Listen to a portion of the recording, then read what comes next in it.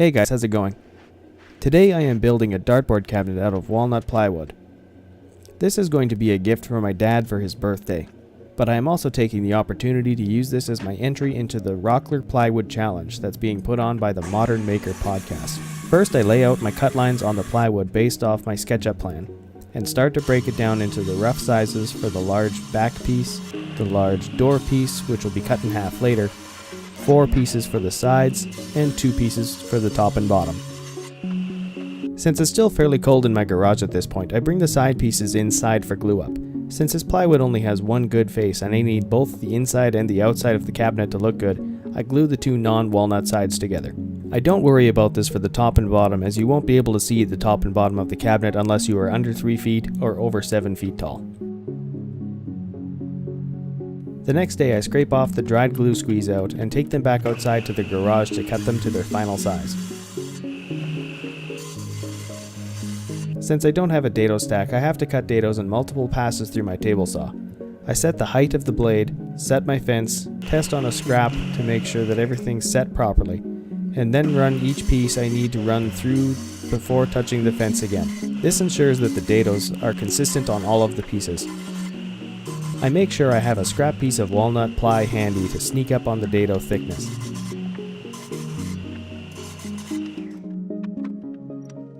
When the dado width is established, I grab a chisel and smooth out the bottom of the dado. Before I'm able to glue anything up, I need to know the correct size I'm working with. To fasten the top and bottom to the sides, I'm going to use pocket holes. To make sure I get the sides and bottoms fastened properly, I pick up a couple of these right angle clamps. I take my time making sure that everything is lined up before I screw the pieces together.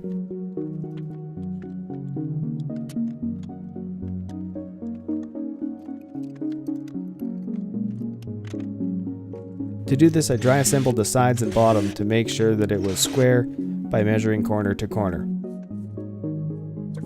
Then I could cut the back and doors to their final size. Before moving on to glue up, I take the opportunity to break out my jointer board and clean up one face of some walnut lumber that I picked up. I'm really happy with the jointer board, by the way. Look at the difference in these 2 boards. After staring at my wood for an unnecessarily long time, I ripped down a bunch of pieces 1/8 of an inch thick to use as edge banding for the plywood edge. Then I did the same to some hard maple and cut it down to 1/2 by 1/4 inch thick. I was going to use these as inlays on the doors, so I brought the doors back onto the table saw to begin mapping out the dado cuts in the doors. Then I cut the dados in the doors the same way I did it the last time. I wasn't as concerned about the dado thickness in this situation, as long as it was thinner than the maple inlays, as I could always sand down the maple to fit. At this point the bulk of the table saw work was done and I could relocate to the basement where it was warmer. Some of the inlays were a little thicker than others and it was a bit of a puzzle to fit them into the doors properly, but eventually they all fit. I secured them in place with the beaded glue in the dado and blue tape to hold them in place while the glue dried. I left the inlay long so I can come back later on and cut them flush. I made sure everything was secured with tape and set the doors aside to dry while I worked on the rest of the cabinet. I took the top of the cabinet off, coated the dado with glue, and slid the back piece in. And with more glue in the top dado, I screwed the top piece back into place, and left it to dry overnight. The next day I came back and started working on the edge banding. It was fairly straightforward at this point. I spread out some glue on the plywood edge, put the walnut banding over the top, and taped it in place to secure it while the glue dried, wiping off any squeeze out with a wet cloth. Basically, anywhere there was a plywood edge, I put edge banding. After the glue was dry, I pulled off the tape and started to cut the edge banding flush on the sides with my hand plane.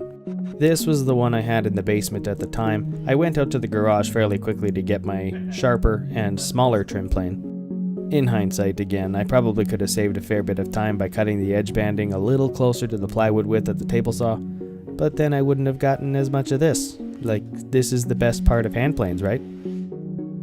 Though hand planing maple, not as fun. I feel like I should also point out that this walnut veneer is paper thin, which was probably my biggest concern with this project. Once I had the maple plane down to the height I was comfortable with, I broke out the random orbit and palm sanders. My plan was to bring it as close as I could to the plywood, but oops.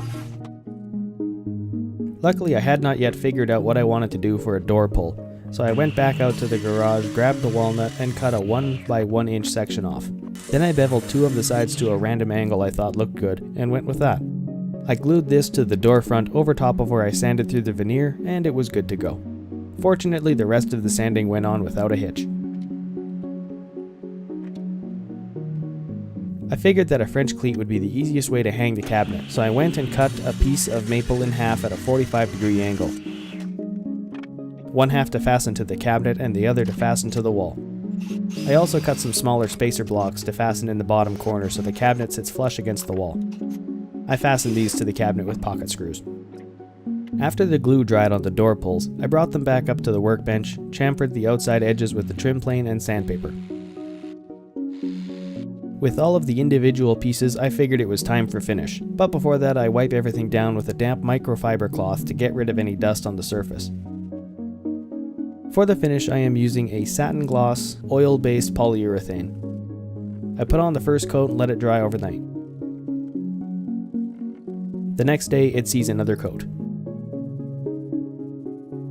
I spent the next day here working on my basement renovation. What do you think of my new floor? Anyway, at the end of the day I gave everything a light sanding with 320 grit sandpaper, wiped off the dust with a towel, and put a third and final coat on. The next day I came back to install the doors. I measured out the same distance from the top and the bottom of the cabinet to ensure the same spacing. Marked out the hinges with a razor blade since I don't have a marking knife, and with a chisel I mortised in the hinge recess. With the hinges mortised out, I installed the hinges into the body of the cabinet.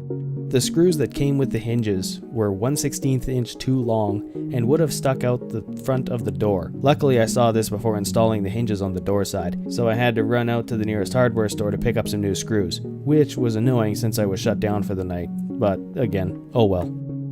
The next day I came back to install the doors. I first marked out the center of the cabinet with some painter's tape. I aligned the doors on top of the cabinet to determine exactly how they would sit on the cabinet. Once I had that, I transferred my measurements, uninstalled the hinges from the cabinet, installed them on the door, and installed the whole unit onto the cabinet. One of the screws actually snapped off in the door. This could have been avoided with pre-drilling, or waxing the screws, or using another screw to open the hole and use the brass screw to secure the hinge, but I assumed there wouldn't be anyone swinging off the doors, and that 5 of 6 screws on one door would suffice. So to make this look consistent, I just glued the head of the screw back on with some CA glue and activator.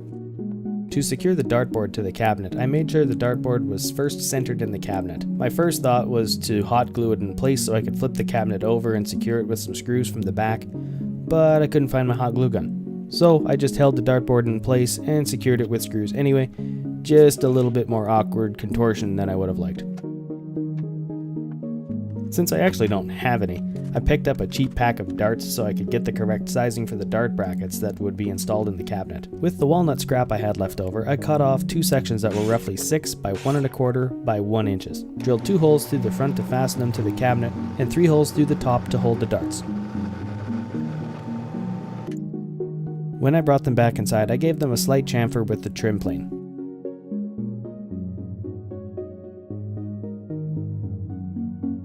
Then I finished these with polyurethane, same as the rest of the cabinet, and installed them in the bottom interior corners of the cabinet.